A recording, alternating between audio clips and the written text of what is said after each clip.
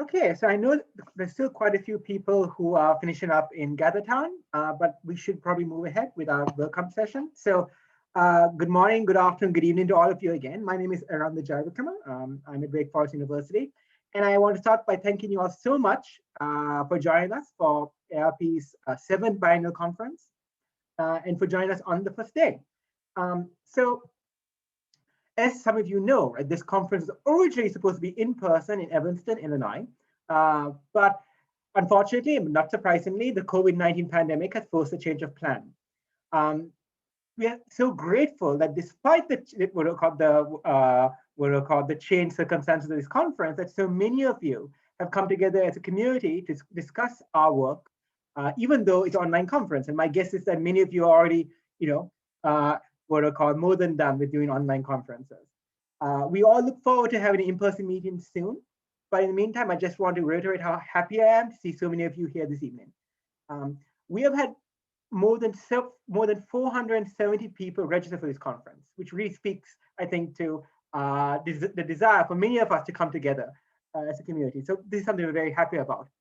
So before we go into the goals of the conference, and just a reminder, the title, the theme of this conference is Reconciling Our Past, Imagining Our Future Towards a More Inclusive Personality Science.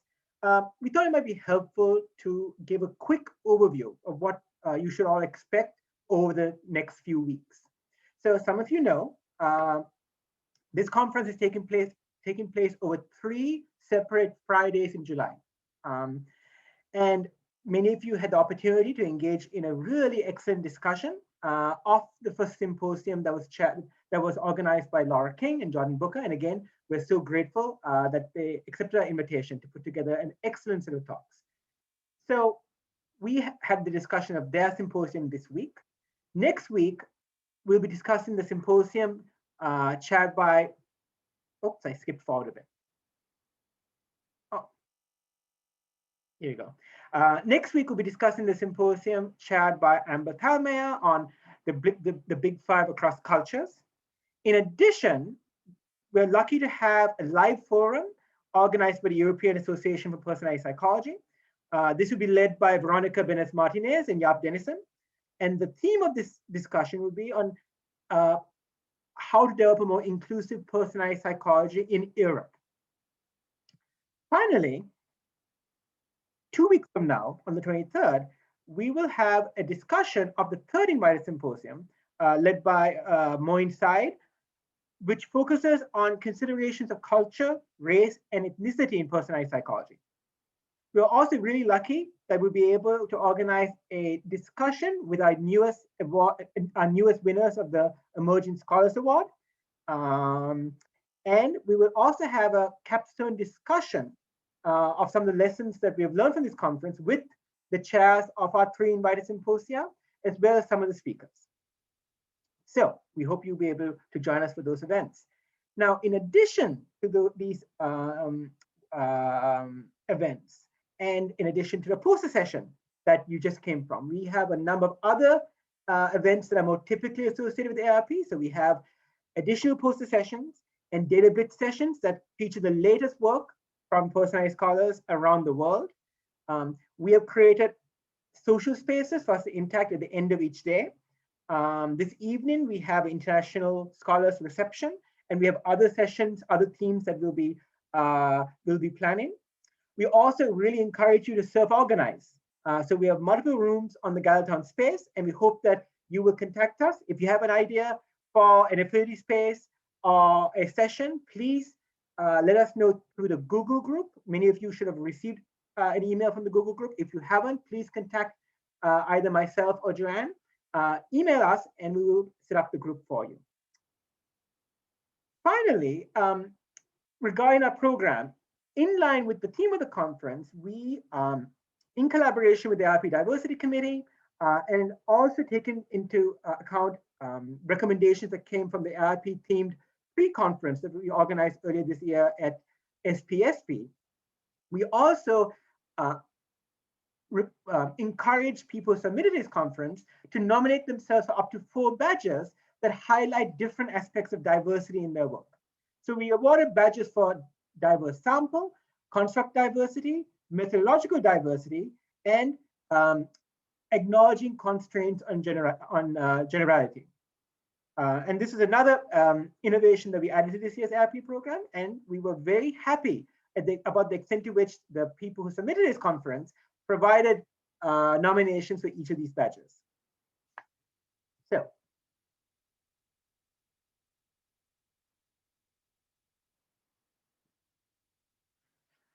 So you might be wondering, one question that might have come up when we sent out the schedule is why the schedule is on 3 different days at 3 different times.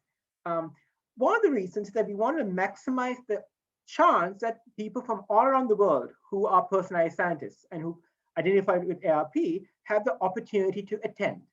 Now, we acknowledge that many of our members are based in North America. But one advantage of an online conference is that it's more equitable. So we were able to organize the conference in a way that maximized the chance that people from different parts of the world can attend. So I want to acknowledge that for some of you, especially those of you in North America, right, there might be challenges right now. You might be thinking, why do you have to stay online for a conference until 10 p.m. Eastern? So please remember that it might be a challenge for you, and we acknowledge that. But one positive side effect is that it maximizes the chance for people from all around the world to attend. So for example, we're lucky that people from Australia are able to wake up on a Saturday morning and join us. We also want to acknowledge that for many of you, this might be the first time you're attending ARP conference. And this is for 2 reasons. For one thing, we have waived the conference fee for this conference, but also ARP had a wonderful initiative to waive membership for 2 years. So for right now, you can sign up for a free 2-year membership for ARP. So for those of you who have not yet done so, we encourage you to join ARP. And for those of you who have been members of ARP for a very long time, for those ARP oldies, we are certain that you'll be welcoming to these people who are coming here for the first time, as well as the new members who have taken advantage of this initiative. So in part because we are mindful that there are many people who are new to ARP, our Chief Diversity Officer, Sarah Weston, will give you a brief overview of what ARP is as an association, what its mission is, and what its regular activities are. So Sarah, the floor is yours. Thank you. Hello, on behalf of the board of the Association for Research and Personality, welcome to our 7th biennial meeting. We're brought here today by a shared love and respect for personality, or the patterns of thoughts, feelings, and behaviors that distinguish people from one another. ARP is devoted to the advancement of research that contributes to the understanding of personality. Our biennial meetings, like this one, are just one way in which ARP serves this mission. It is our hope that over the next few weeks, this conference will help us share and learn about advances in the field, foster collaborations for new scientific endeavors, and encourage each other to continue our research with rigor, transparency, openness, and inclusivity. For those of you who joined ARP in the past few months, welcome. We're so excited that you joined our community. As a member, you'll receive free online access to the journal Social, Psychological, and Personality Science, which we co-sponsor with several other societies. You'll also be eligible to be nominated for awards within our society, such as the Tanaka Dissertation Award, the Early Career Award, Emerging Scholar Award, and others. Keep an eye out for our listserv and social media announcements for awards and other opportunities within ARP. I encourage you to also spend some time on our website, where you can find open resources created by our members, which may help you serve the ARP mission as well, to pursue rigorous psychological research, promote training personality scientists, and expand the diversity and inclusivity of our organization. To all of our members, new and old, as you attend the events of this conference, I invite you to think about the core mission of ARP, supporting personality science, and the activities that we can all pursue in service to this mission, conducting and supporting rigorous personality research, including as peer reviewers, event organizers, and references for personality scientists, promoting the training of future personality scholars in mentoring relationships, classrooms, and workshops, and enhancing diversity through research support, collaborations, and efforts to broaden the focus of our science. Compared to other societies, we are small, but we can have a really big impact.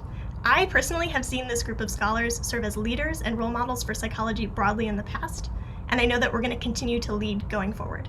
Thank you. Thank you so much, Sarah, for telling folks that are new here and also reminding the oldies what ARP has to offer. And thank you, Aranda, for the wonderful introduction. So I see people coming in. We're just talking about our goals for the conference. And so what I'm gonna talk about now is, why did we pick this theme for ARP? So Aranda contacted me about co-hosting ARP, and we immediately were just like, oh my gosh, we definitely we want to talk about making personality science more inclusive. So let's go run with that. And so what we were thinking, and where this theme came from, and I think this is for a lot of people, right, on our minds, that in addition to the inequities both exposed and deepened by the ongoing pandemic, the murder of George Floyd in Minneapolis in May of 2020 has really raised our collective consciousness and catalyzed necessary and ongoing global conversations about equity and justice for people who have historically been and continue to be marginalized. So it was interesting to me because when I was watching Kelsey's talk, I loved that Kelsey said, this is not new. So this is something that we also wanted to acknowledge, that it's not a new, these injustices, they're not new, these inequities are not new, but there's something going on that raises our collective consciousness. And this is something that Nick Westrate, who's on the committee with us, really drove home for us, and I wanted to thank Nick for that. But basically, we want to kind of take, and like Jordan, Beverly, Jules, Kelsey, and Olivia have already discussed in their wonderful symposium and in that great opening, chat with everybody. And like Laura said in her closing, we need to do something. Let's do stuff. Let's take action. And this is something that I think ARP is just super great at. And I'll tell you more about what I think in a little bit. So basically, want to follow what Laura was saying, is that we need to get with the times and come together as a field to join these important conversations. And Aranda and I wanted to say, it's not like we have all the answers. Kelsey said this in her talk too, she studies relationships, we want to come together. We want to collaborate with you, both members old and new, to work together to understand what the challenges are within our field specifically, how we can collaborate to address them. And when it comes to making the field of personality more inclusive, what are the actionable things that we can do? How can we chip away together to do this? So personality science has so many strengths and has punched above its weight, for real, right? In our wider field, right? Olivia just wrote this amazing opinion piece about, why has personality psychology played an outsized role in the credibility revolution? We can do this, right? We're little, but we can have great impact, just like Sarah said. This makes us hopeful that we can make real change regarding things like questioning our assumptions about the history of personality science, what constitutes good science, and our assumptions about who gets to conduct the science and whose humanity gets to be valued, right? So therefore, in the planning of this year's conference and in collaboration with the members of our awesome program committee, we have highlighted the following 3 goals. And I think the first goal was, very, very much uplifted in the wonderful set of talks that Laura and John put together. So we think that the time is right to reflect critically on the history of personality science and think about the connection between that history and the lack of diversity in our membership and the people who do personality research. So, as we discussed in our first session of the conference, many of the early figures of personality, these are figures that made substantive contributions, right, to our field, and who developed tools and techniques that we still use.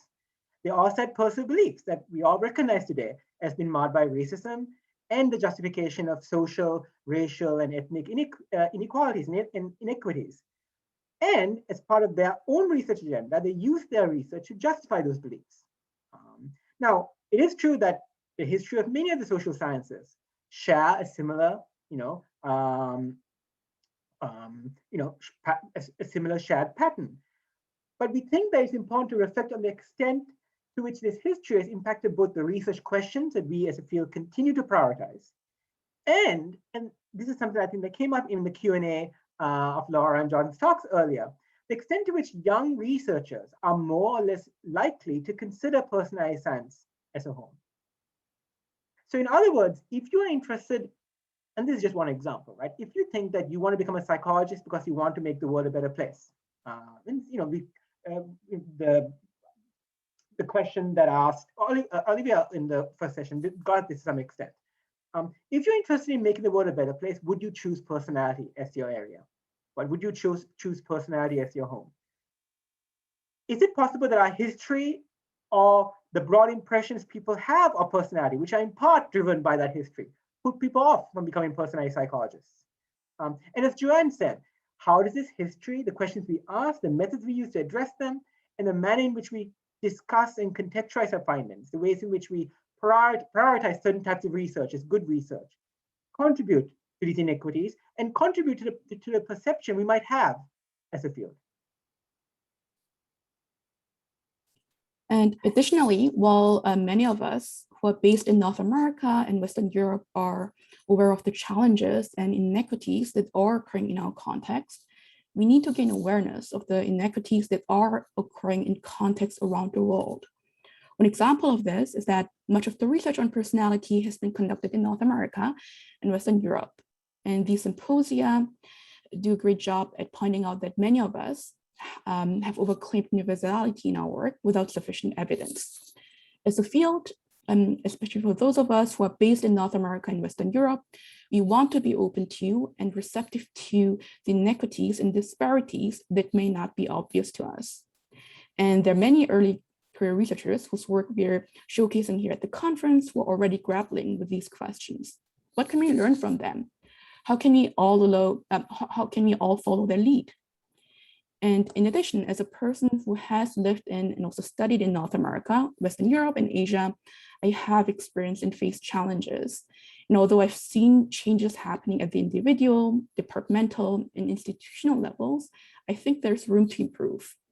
For example, checking in with international students and colleagues in your department is so important, as many of us are not only dealing with, let's say, moving to a new department or university, but also a whole new country. Maybe some people wouldn't agree that this is part of one's role as an academic, but I think that if we are really talking about making personality science more inclusive, maybe we need to encourage a culture of belongingness. So one of the things we are hoping that this conference does is to allow for reflection on how you can address these issues in whatever roles you have. A second goal that we have for this conference is that we just want you to take the awesome resources, the information that has been so, I don't know, like when I was watching these talks, I was just like, OMG, y'all giving us some free stuff, like so many awesome ideas, right? We want you to take that, run with it, apply it to your work, share it with your friends, share it with your colleagues, share it with your department members, right? Aranda and I were pretty intentional in using the invited symposia. I think this is not a common thing in ARP's history, but given the online format, we were like, let's make it weird or whatever, like let's just see what we can do, and we loved it. We're so excited to showcase work that we think is important and to signal that this is important, right? And when doing these invited symposia, we were really seeking to provide new perspectives, maybe undervalued perspectives that should be valued in personality science, and to provide you with new knowledge and tools. Maybe it's overwhelming to ask yourself, I've been there where it's like, well, what can I individually do to make an impact? But we're cautiously optimistic / hopeful that the perspectives and information shared here and the discussions that come from this conference can provide some actionable steps for you to engage in, for you to do something that helps us move towards the goal of making personality science actually, right? Like actually more inclusive. And that brings me to my third goal, or to our third goal, excuse me, is just to make it sustainable. We want to say that this conference should not be seen as sweet, we ran this diversity and inclusion conference, like we did something, let's like pat ourselves on the back. We don't want to do that. We don't want you to do that. We want you we want to encourage you to see this as an initial step. Maybe for some of us, it's like, it's the first time that we're all, we're soaking all this information in, we're thinking about it, we're reflecting about it, but we want you to think about, well, what can follow from this conference? Like we said earlier, ARP is small, but it can be mighty. Let's continue this conversation. Let's do it in working groups within this association, with the other associations we might be affiliated with. Let's have informal discussions with our colleagues and our students in the committees that we serve on and any other roles that we may have. So before I introduce Rich to make a few remarks, I just wanted to, well, Joy and I both wanted to acknowledge just how grateful we are that we had the opportunity to work on this conference with Kelsey Harris, Hyun-Jae Kim, and Nick Westred. We're so grateful that they agreed to work with us when we came out and we told them about our intentions and our team. This conference was very much a collaborative effort. And one of the joys of organizing the conference this year was having the opportunity to work with such a wonderful team. And we also hope that you enjoy what we have created for you. So I'm happy now to invite Rich Lucas, the current president of ARP, to give his opening remarks. All right, thanks so much. So as president of the Association for Research and Personality, I would like to welcome you all to the 7th Biennial ARP Conference. As you've seen already, the program committee has put together a really exciting and impressive program. We've gotten a taste of it already with this opening symposium and the poster sessions, and I hope you're all as excited as I am for the rest of the program that's going to be available today and over the next couple of weeks. Now, as you've already heard, as you know, our intention was to be able to meet in Evanston, but as is true for just about all academic conferences right now, this plan was disrupted by the global pandemic. And I am certainly going to miss the opportunity to interact with all of you in person, as I think that the friendly environment that our small conference allows for is, along with, of course, our world famous dance parties, one of its best features. But with this change does come some pretty valuable opportunities, which we're starting to hear about, we're starting to see the benefits of. And I really do echo what the program committee has been saying, which is that I hope you're going to make the best of these opportunities that this kind of novel format that we're all adjusting to is going to provide for us.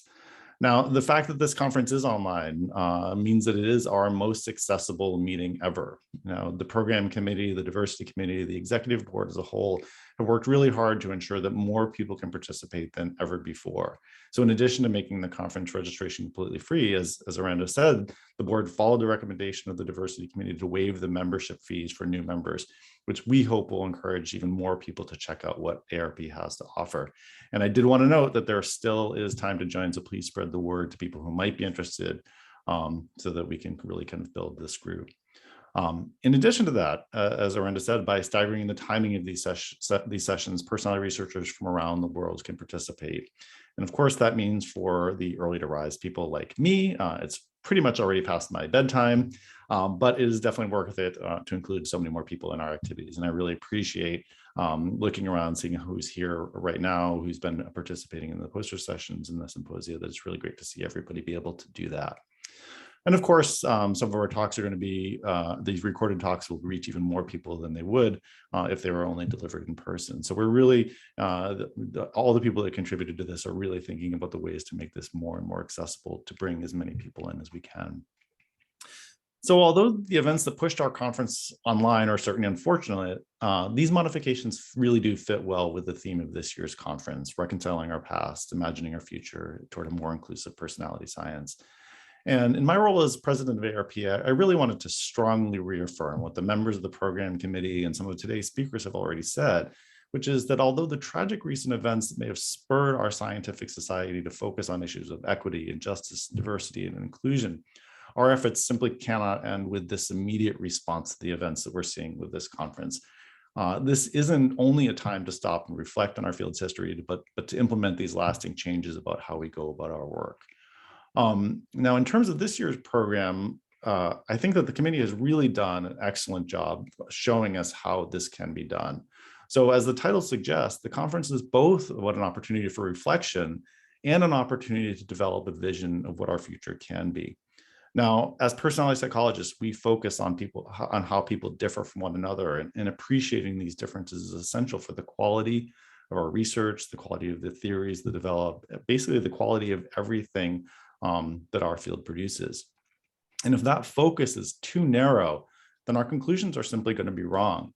Moreover, our focus on individual differences means that the knowledge that we produce has the potential to impact those outside the field who are interested in diversity and the ways that people differ from one another and what that means for the way they interact.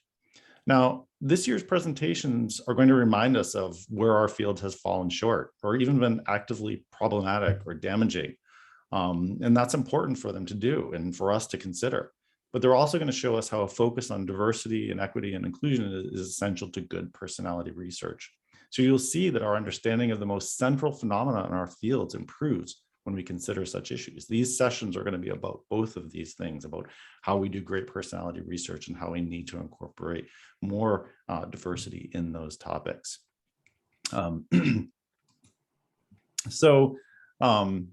Basically, in short, this year's conference shows that the issues of diversity and inclusion are not additional topics that can be tacked onto our existing conferences, but are instead central issues that must be woven through everything that we do. So I really look forward to seeing how the ideas from this conference can be implemented in all of our future meetings. Now, this should also remind us that concerns about diversity and inclusion cannot be tacked on to the day-to-day business of running a society or conducting our own research. These concerns are central to both.